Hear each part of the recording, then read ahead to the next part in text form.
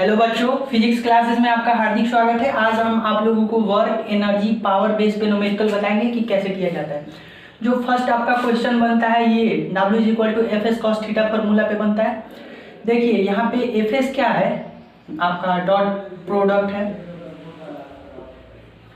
Dot product जब दो आपका वेक्टर मिल के एक स्केलर बनाता है तो इसे स्केलर प्रोडक्ट भी कहते हैं।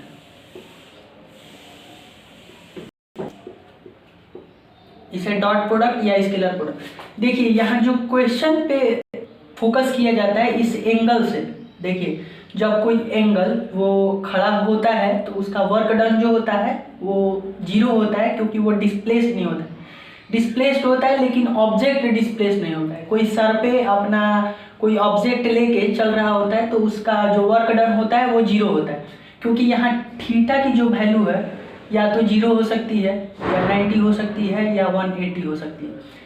0 होगी आपका तो क्या होगा, 90 होगी तो क्या होगा, 180 होगी तो क्या होगा। जो 0 होगी 1 वैल्यू हो जाएगा, 0 होगी तो वैल्यू 1 हो जाएगा, 90 होगी तो 0 हो जाएगा, ये -1 हो जाएगा। इस रेंज को समझना होता है।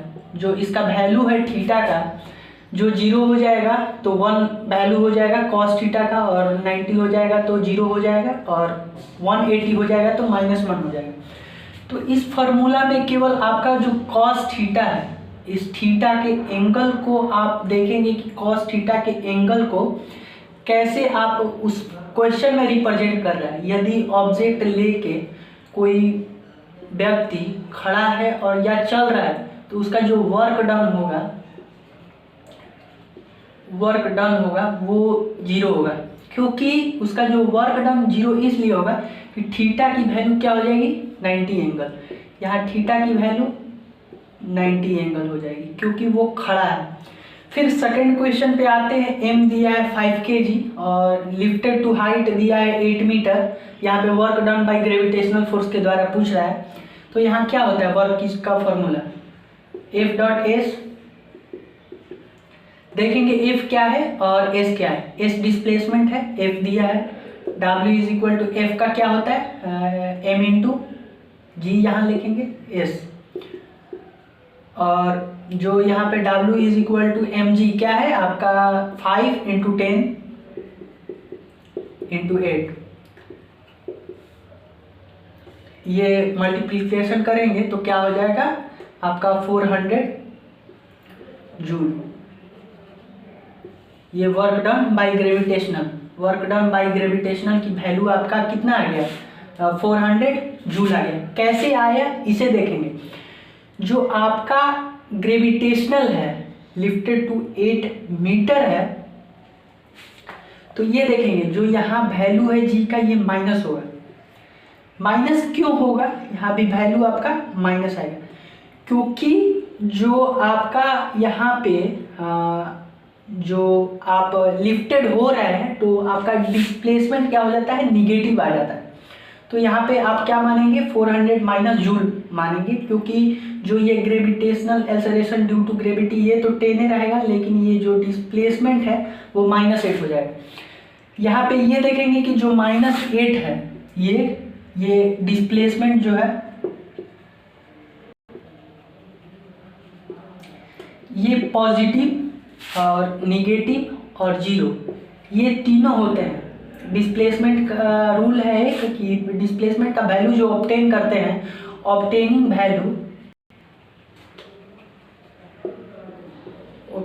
वैल्यू जो होता है पॉजिटिव होता है, निगेटिव होता है और 0 होता है। तो डिस्प्लेसमेंट में हम कंसीडर करते हैं क्या चीज़, कि मास दिया है, यहाँ हाइट दिया है lifted to height, work done by gravitational पूछ रहा है, तो फिक्स है कि वहाँ एक्सेलरेशन ड्यू टू ग्रेविटी लगेगा, तो वैल्यू इतना आ गया एक्सेलरेशन ड्यू टू ग्रेविटी का होता है।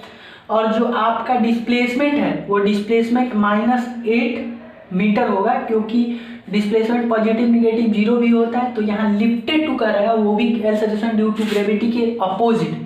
तो इज दैट क्लियर कि यहाँ पे जो डिस्प्लेसमेंट होगा वो माइनस होगा। यहाँ पे आंसर आपका -400 जूल आएगा, ठीक है। फिर हम इस ग्राफ में देखेंगे कि ग्राफ में आपका जो वर्क डन होता है वो कितना होगा। देखिए वर्क डन ग्राफ में देखेंगे तो यहाँ पे आपका फोर्स दिया है, यहाँ पे डिस्प्लेसमेंट दिया है।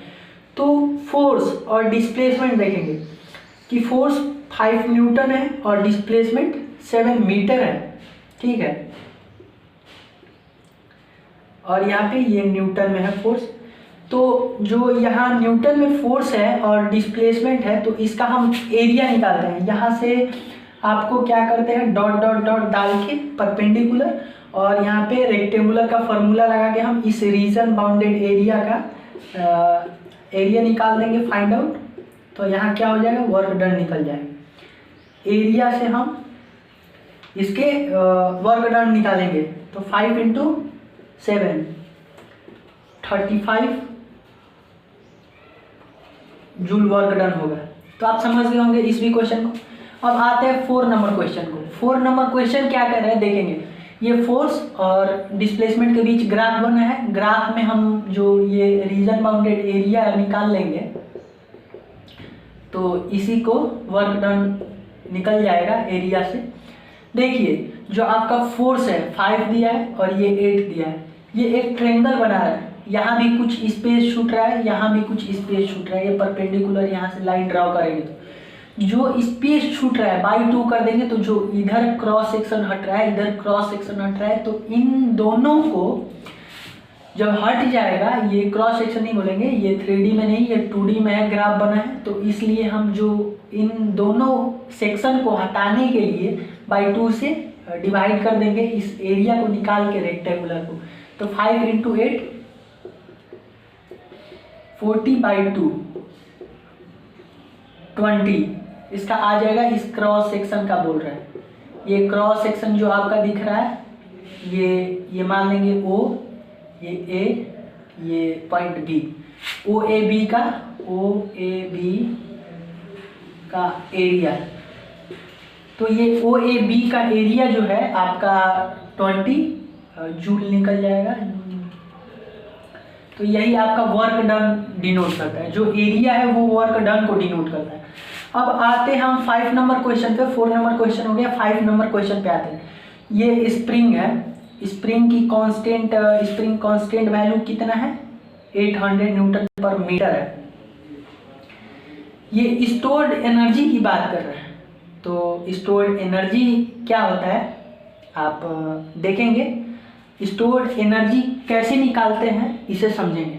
जो स्टोर्ड एनर्जी होता है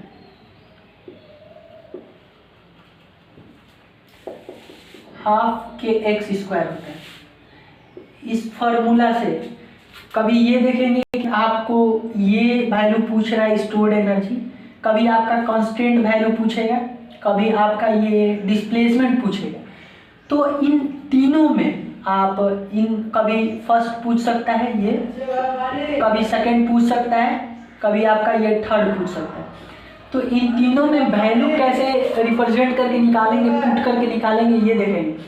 आपका जो ये सेंटीमीटर दिया है इसे मीटर में कन्वर्ट करेंगे, 5 × 10⁻², ठीक है, मीटर। ये आपका दिया है 800 न्यूटन पर मीटर। तो यहाँ पे kx² दिया है ना, तो ½ k की वैल्यू क्या है, 800 इंटू इसका 5 × 10⁻² का होल स्क्वायर। तो यहाँ पे देख लेंगे कि ये 400 हो गया है, और 400 × 25 × -4, ठीक है। तो ये जो -4 है इसे नीचे ले जाएंगे 2, तो आपका ये हट जाएगा। 4 × 25 × 10⁻², तो ये यहाँ 100 हो जाएगा, इंटू 10⁻² हो जाएगा। तो इसी क्रॉस सेक्शन को निकालते निकालते आप इस फार्मूला के बेस से स्टोर्ड एनर्जी जो है, इस फार्मूला के बेसिक पे आप निकाल सकते हैं स्टोर्ड एनर्जी, ठीक है। Thank you for watching this video.